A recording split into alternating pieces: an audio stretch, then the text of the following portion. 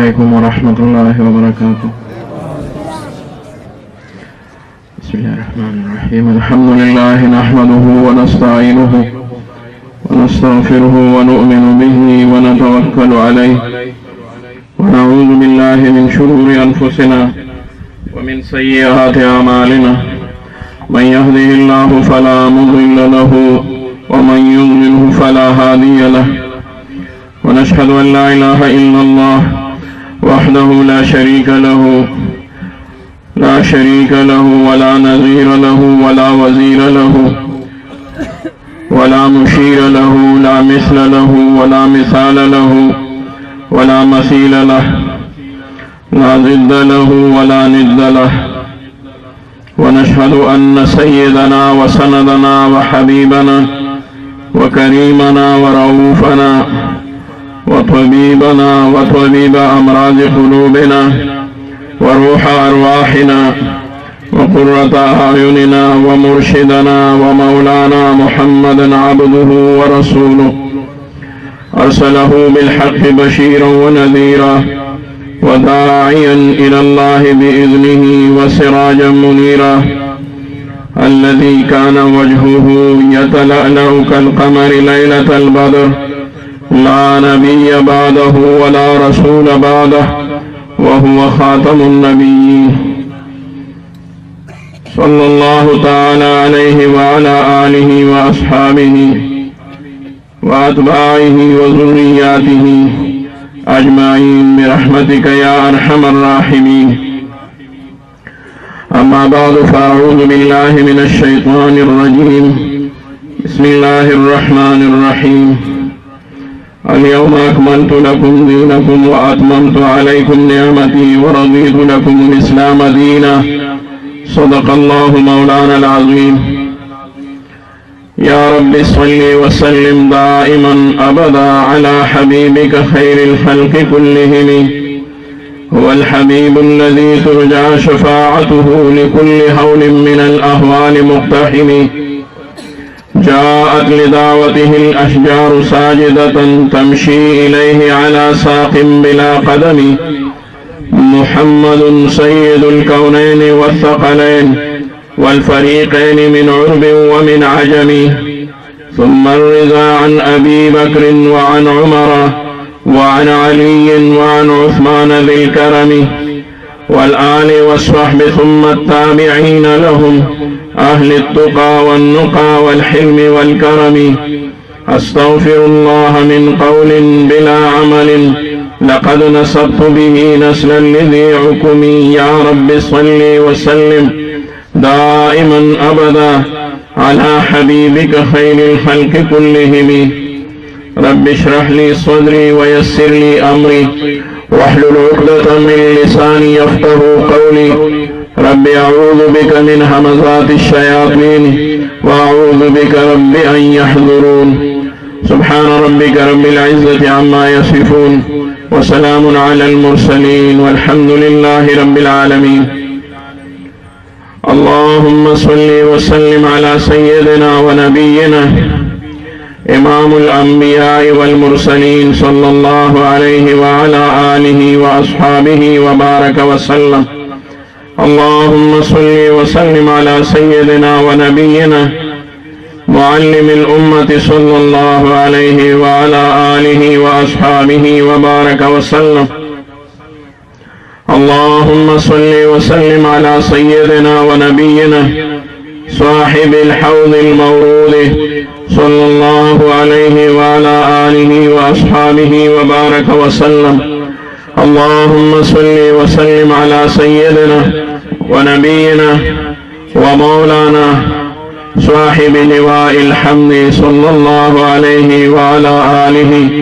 وأصحابه وبارك وسلم. درود شريف هو محترم. صل على سيدنا محمد وعلى آل سيدنا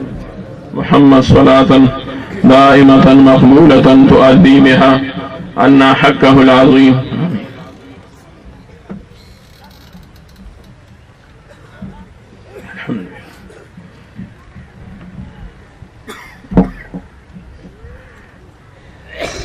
ډېرو محترم علماء کرام بالخصوص زمون مشر حضرت باچا صاحب د فلوډن دامت برکاتهم العالیه د دې علاقې د عالمی مجلس تحفظ ختم نبوت مشر عالم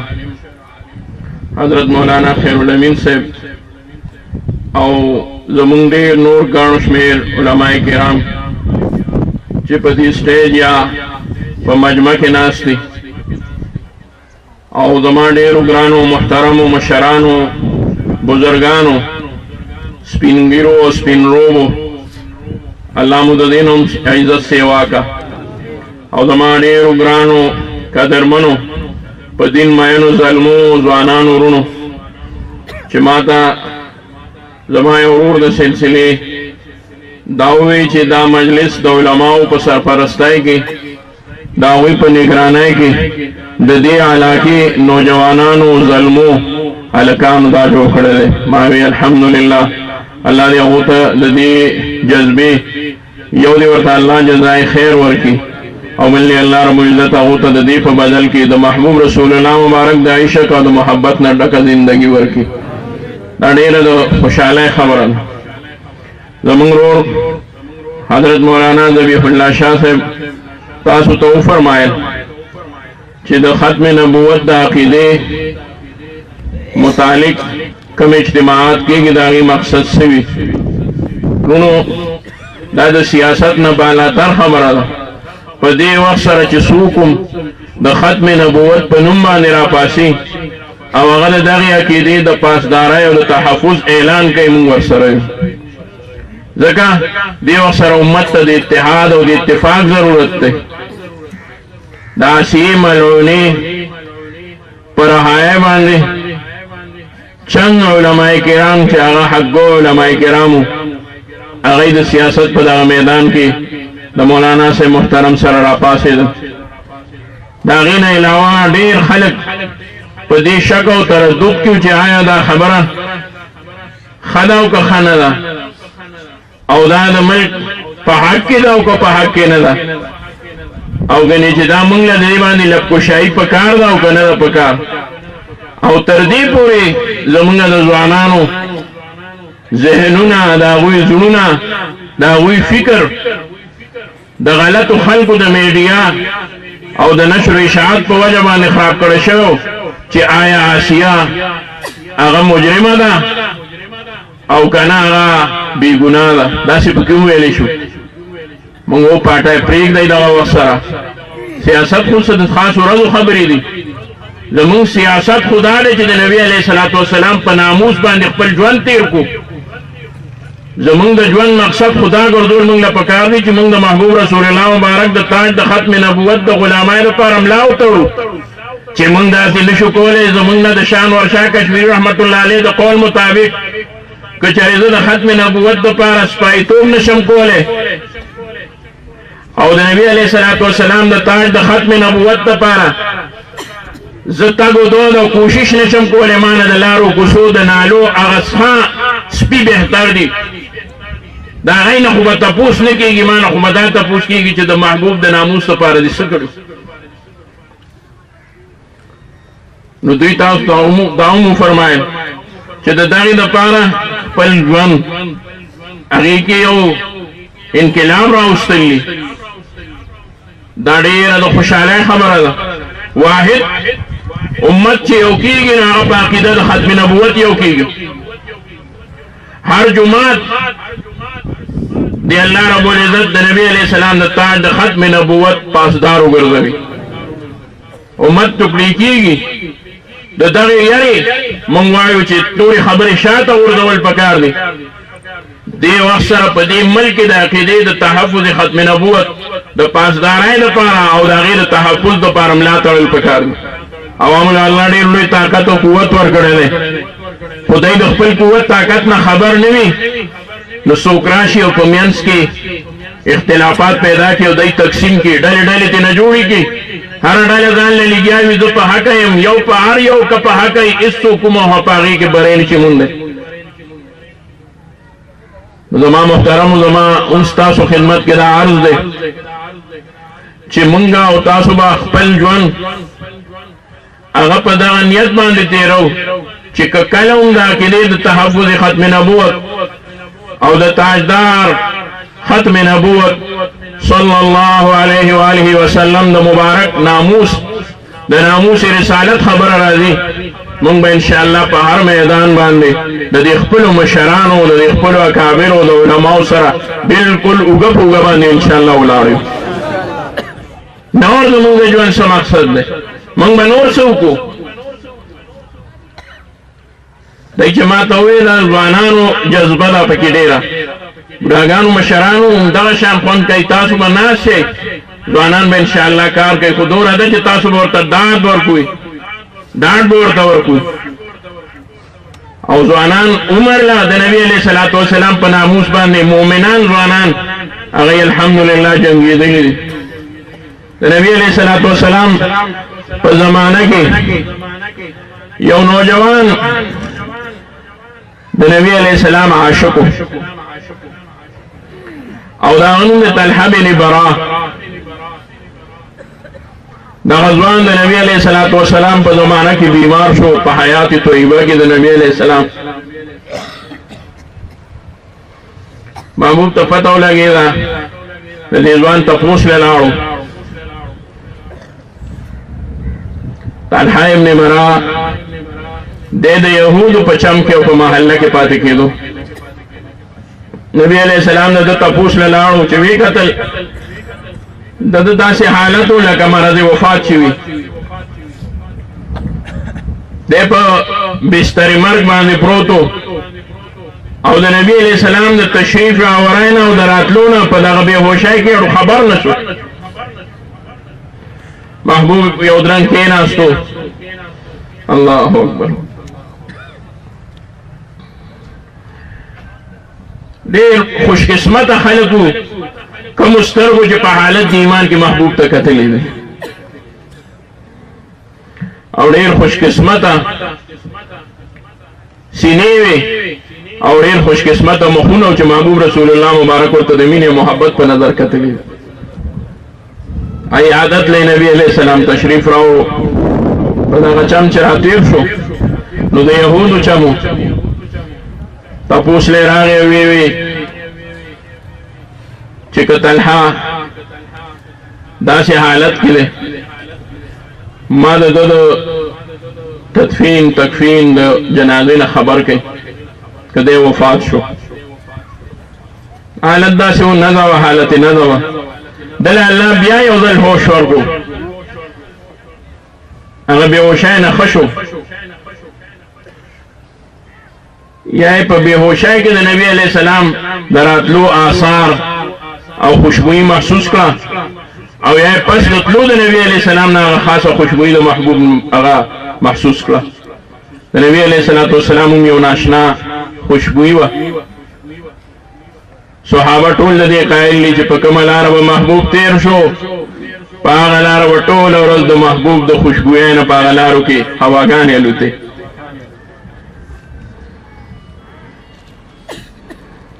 او دی نوجوان الک وی چې څوک راغلی نبی علیہ السلام خو نور راغلی وی چې راغلی وی محبوب خو څه ونه وی څه خبره خو نه ده کړې وی او دا خبره کړې ده چې که طلحه خبر به ماله خامخا راکوئ وی ښه نو زما وصیت هم واورئ.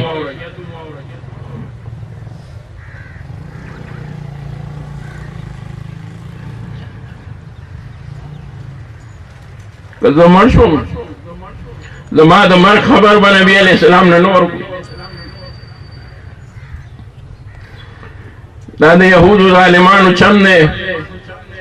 زما د جنازې په وجه چېرته محبوب ته تکلیف ونه رسي.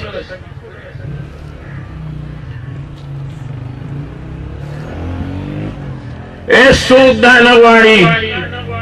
په حیات د نبي علیه السلام کې چا هم دا تمنا نه ده رد کړې او دا خواهش نه ده رد کړې چې نبي علیه السلام د زما جنازه نه کوي. معلومه شوه د محبوب عزت د محبوب حیات هغه په خپل سعادت باندې پورته ګڼي چې محبوب ژوندی وي خیر دی که زه مړ شم که جنازې له مې رانشي نبي علیه صلات وسلام خو چې نبي علیه صلات وسلام ته حیات طیبه تعدیر ملاو شي چې یهود خوشحاله نه شي او یهود دغه ظلم ونه کړي. ګورې چرین زما نبي علیه صلات وسلام ته د وفات زما د مرګ او د جنازې اطلاع مه ورکوئ. یو طرف ته وصیت دی بل طرف ته د نبي علیه السلام فرمان دی خو د ډېر سختۍ سره ووایي ګوره ما به نه یې بخلي که داسې مو وکړه دی وفات شو. دې ته ویلی شي صحابه مونږ کله کله اوس د خپل زړه د خواهش پوره کولو دپاره او د چا سره د لاس ملاولو دپاره یا د بل د ځان د رسولو دپاره کله کله مونږ ډېرې بې ادبۍ وکړو او هغه د محبوب داسې عاشقانو چې خیر دی زه به دکه شان خاص شم خو چې نبي علیه السلام ته تکلیف ونه رسي دی وفات شو. اهل خانه او ټول پورې ووایي چې که نبي علیه السلام فرمان کړی دی هغه خو په سر سترګو خو زمونږ نه خود یې هلک ته د دې اندازه و چې د نبي علیه السلام د فرمان څومره لوی اهمیت دی خو چې ده په کومه مینه او محبت باندې دا خپل وصیت کړی دی نو پکار دا ده چې د ده په دې وصیت دی ورسره عمل وشي او د نبي علیه صلات وسلام جان مبارک د هغو شان مبارک د هغو عزت مبارک د هغو حیات طیبه هغه الله رب العزت محفوظ وساتي. اطلاع ورنه کړی شوه محبوب چېرته وروستو خبر شو بیا راغلو ولې مو خبر نه کړم وی ځکه مو یا رسول الله خبر نه کړې چې د ده وصیت و دغه خدشه او یاره مونږ سره مو وه محبوب لاړو د ده په قبر ودرېده یا الله زه ترې رضا یم ته ترې رضا شه. بل جنازه کې به هم د مغفرت دعاګانې کولې محبوب راغی خصوصي یې قبر سره ودرېده او د الله نه یې وغوښته چې الله زه ترې رضا یم ته ترې رضا شه. هغه هم یو ځوان و یو بل یهودي معشوم و نوجوانو وړوکی بلوغ ته قریب و هغه هم قریب الموت او وفات ته قریب مرض و. نبی علیه السلام خبر شو دی به ډېر تلو راتلو باوجود د دې نه چې ټول کورنۍ یهود و دی هم لا د خپل مور او پلار په دین باندې و خو د ده یو قسمه مینه وه محبوب سره صلی الله علیه وسلم. هر وخت به د محبوب سره ناست و بیمار شو نبی علیه السلام فرمیل هغه یهودي هلک نه وینم یا رسول الله هغه بیمار دی. نبی علیه الصلاة والسلام محبوب تپوس له لاړو چې کېناستو ورسره نبی علیه الصلاة والسلام فرمایل ته ما سره کلمه وایې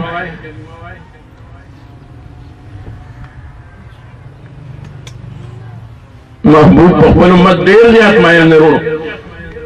زما دې قسم په خدای که یو کافر او یو مشرک هغه هم نبی علیه الصلاة والسلام وغواړي چې هغه حالت د ایمان نه خالي لړ شي هر یو کس باره کې نبی علیه الصلاة والسلام انتهایی دا تمنا ظاهره کړې ده چې الله زما ټول امت ته ایمان نصیب کړي الله دې ټول امت د رسول الله مبارک ته هدایت وفرمایي. رو چا ته مه بنیته کېږئ ګورئ دا درته یو خبره وکړم یهودي سره مو تر هغه پورې دشمني ده تر کومې پورې چې دی یهودي دی که دی مسلمان شو زمونږ د زړه سر دی. دغه قادیانانو باره کې ګوره درته دا خبره وکړم یوال به د قادیانانو دپاره د څه سوال کوو د هدایت سوال به کوو چې هدایت ورته الله نه کوي بیا دی الله رب العزت د هغوی د شر نه ټول امت محفوظ وساتي. نبی علیہ الصلوۃ والسلام فرمایل کلمه وای وړوکې مایم خو په محبوب ډېرو خو بیا هم پلار یې خوا کې ناست و خو پلار یې منصف مزاج و په خپله یهودي و خو چې ویې کتل چې د ده د خپل د آقا سره دومره مینه ده چې په حالت د یهودیت کې دی د هغه خدمت لدي او مخ مبارک ته یې ګوري نو که دی مسلمان شي نو دا به د ده لپاره ښه وي. الله اکبر دا ګوره د ذهن عجیبه سوچ او فکر دی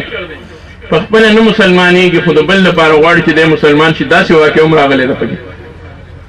دې واقعې نه به تاسو خبر نه وي داسې واقع هم راغلی ده. نبی علیہ الصلوۃ والسلام ورته فرمایل که ته ما سره کلمه وای زه درته مخکې کلمه ووایم. هغې یو نظر خپل پلار ته وکتل ځکه ماشوم چرې هم د خپل پلار نه بغیر داسې یو قسمه یو غټ کار نشي کولی، وړوکی کار نشي کولی. هوښیار ماشوم پلار ته یې وکتل د دې لپاره چې پلاره بس ته نو اجازت راله راکړه. پلار یې ډېر هوښیار په سترګو پوه شو، وی بچیه دا ابوالقاسم صلی الله علیه وسلم یهود و نبی علیه السلام ته ابوالقاسم وي، دا ابوالقاسم خبره ومنه او د سره د ده دا کلمه ووایه. معشوم ته الله هدایت د دغه کافر یهودي پلار د حکم او د هغه په اجازت باندې الله رب العزت ورته ورکړو. محبوب ترېنه مخکې کلمه ده اشهد ان لا اله الا الله واشهد ان محمد رسول الله وی. معشوم ورپسې هم اکه شان وی. معشوم الله رب العزت د مرګ نه مخکې په حالت د ایمان کې د نبی علیه الصلوۃ والسلام عاشق ځان او صحیح صحابي وګرځولو، بیا یې ترېنه سا روح واغوستو. الله رب العزت د دې دنیا نه چې د هغه روح اغوستلو په حالت د ایمان کې او په حالت د صحابیت کې ترېنه واغوستو. دا هم ځوان و. د یو درېیم ځوان واقع مونږ ذهن ته راغله، هغه هم ډېر وړوکی ماشوم دی، وړوکی ماشوم دی. کتابونه لیکلي دي چې د هغه عمر د 10 کالو په منځ کې د نبي علیه الصلوۃ والسلام د پپو زوی دی، د حضرت صفیه رضی الله تعالی عنها زوی دی. د ده نوم دی حضرت زبیر بن عوام رضی الله تعالی عنه. دا د نبی علیه الصلوۃ والسلام سکه د ترور او د پپو زوی. یو ځل د مکې معظمې په ګرد و نواح کې یو خبره مشهوره شوه، نصیب دشمنا العیاذ بالله نبی علیه الصلوۃ والسلام ته چېرته مشرکانو ډېر لوی تکلیف رسولی دی او نبی علیه الصلوۃ والسلام لاپته دی. خلکو کې شور جوړ شو، کافرانو هم یو قسمه خبره وی چې دا ولې شوي دي، سرته شوي دي، موږ نه یو خبر. مسلمانان که ډېر لږ وو خو هغه وخت سره ډېر کلک عاشقان وو، د هغوی په ایمان کې هېڅ قسمه تزلزل نه راتلو. هغوی خپلو کې ګوري چې چېرته ورشو نبي علیه السلام پسې. دا وړوکوټې د پپو زوی د نبي علیه السلام حضرت زبیر بن عوام دی غلی غوندې لاړه او د پلار توره یې راواغسته او هغه توره د ده نه ډېره زیاته دنګه وه. دی لا دوره نه دی دنګ شوی چې هغه توره غاړې ته واچوي او هغه توره ځمکې سره نه لګي. ده چې کله هغه توره غاړې ته واچوله نو هغه توره به ځمکې سره د هغې هغه کاش به لګېدو چې په څه کې هغه نښتې وه او چې هغه به ځمکې سره ولګېده نو دی به ورسره لږ غوندې راوچت شو.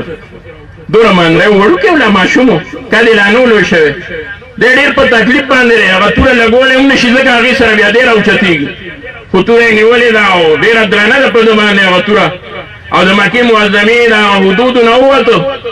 او د بطحا قریش په طرف باندې لاړو. بطحا قریش یو اوچ خوړ دی، د قریشو دغه په لزمکې دي، اوس هم هغه د بطحا قریش په نوم باندې مشهور دی. الحمدلله زه 2-3 سفرو کې هلته کې بطحا قریش کې پاتې شوی یم. بطحا قریش کې دا واقعات هم شوي دي او حضرت سیدنا بلال رضی الله تعالی عنه له به هغې ظالم مالک چې د هغه په دغه کې و د غلامو او هغه د آقاو او د ده مالکو په الله رب العزت د هغه د ملوکیت نه آزاد کړو او د محبوب رسول الله مبارک د غلامۍ لوی سند یې ورته ورکړو. حضرت بلال رضی الله عنه به دې ظالم امیه ابن خلف ته به ورله په دغه سرو شوو د بطحا قریش په خوړ کې سزا ورکوله. هغه خوړ مونږ ته چا وښوې دکه د دې غره ویښ کې به بلال صاحب ته سزا ورکوله. یقین وکړئ مونږ د ګاډي نه هغې سرو شوو ته کتی نه شو او د محبوب دغه حبشي غلام سیدنا بلال بن رباح دی به په هغه سرو شګو کې هغی بغیر د جامو نه جامې به یې ترې لرې کړې. یو معمولي غوندې کپړه به د ده په سطر باندې وه او په عورت باندې به سطر و. علاوه د هغې نه به دی په هغې باندې بربند هغی سملو او په دې نیت باندې چې تر مازدیګره پورې نور په ده باندې ولګي اخیر دی به تنګ شي وایي به چې هغه سران چې تاسو ووایئ چې د ماسپښین نه به د انور نور تېرېده نو امیه به هغې ظالمه په ځان باندې العیاذ بالله په ځان باندې رحم وکړه. دوره نشي ویلی چې نبي علیه الصلوۃ والسلام سره مې کار نشته، دوره خو ووایه که نه وای چې زیړو ملګری نه ګوره کور کې زما پاتې کېږي ته ولې د هغه مدح وای او ولې په هغه شکل صورت دومره وای زما سره هېڅ کار نشته او د یو الله د وحدانیت دا ناره مه لګو نو بیا دې د شګو نه پاسوم او ډېر عزت به درله درکړم وی ته لږ ووایه حضرت بلال به چې خوله وازونه نو وی به احد احد احد احد الله یک یو دی یک یو دی حضرت زبیر بن عوام په دغه خور کې روان دی د بلې غاړې محبوب رسول الله مبارک ووایئ صلی الله علیه وسلم نبی علیه الصلاة والسلام را روان دی یوازې زبیر بن عوام ډېر خوشحاله شي چې رسول الله مبارک خو الحمدلله بالکل صحیح سالم او تندرست څه قسمه نقصان ورته الحمدلله چا نه دی رسولی دا یو افوا وه پروپیګنډا وه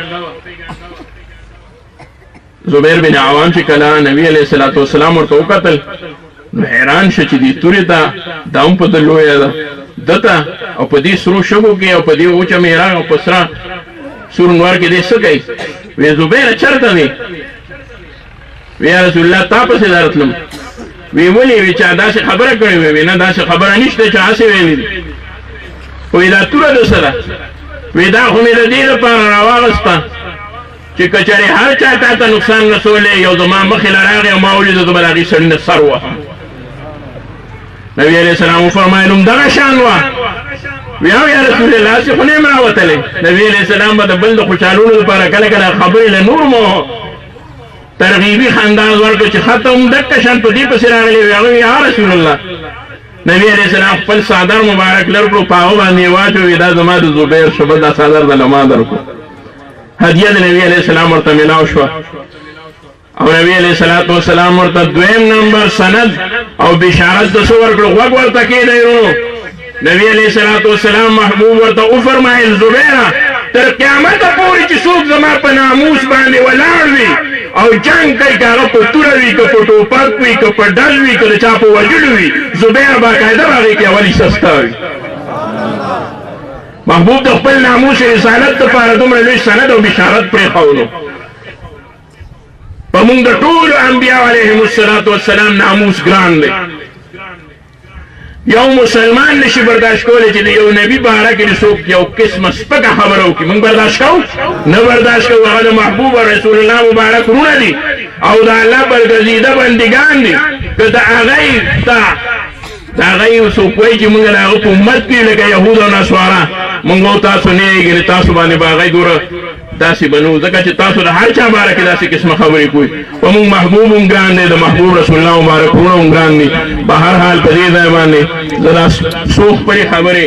دا بس کوم او غالبا زمونږ ورور او بالکل الحمدلله زمونږ ورور محترم و مکرم خطیب العصر او د ختم نبوت الحمدلله شاهین او ستاسو زمونږ د ټولو د زړه سر د ځوانانو د ټولو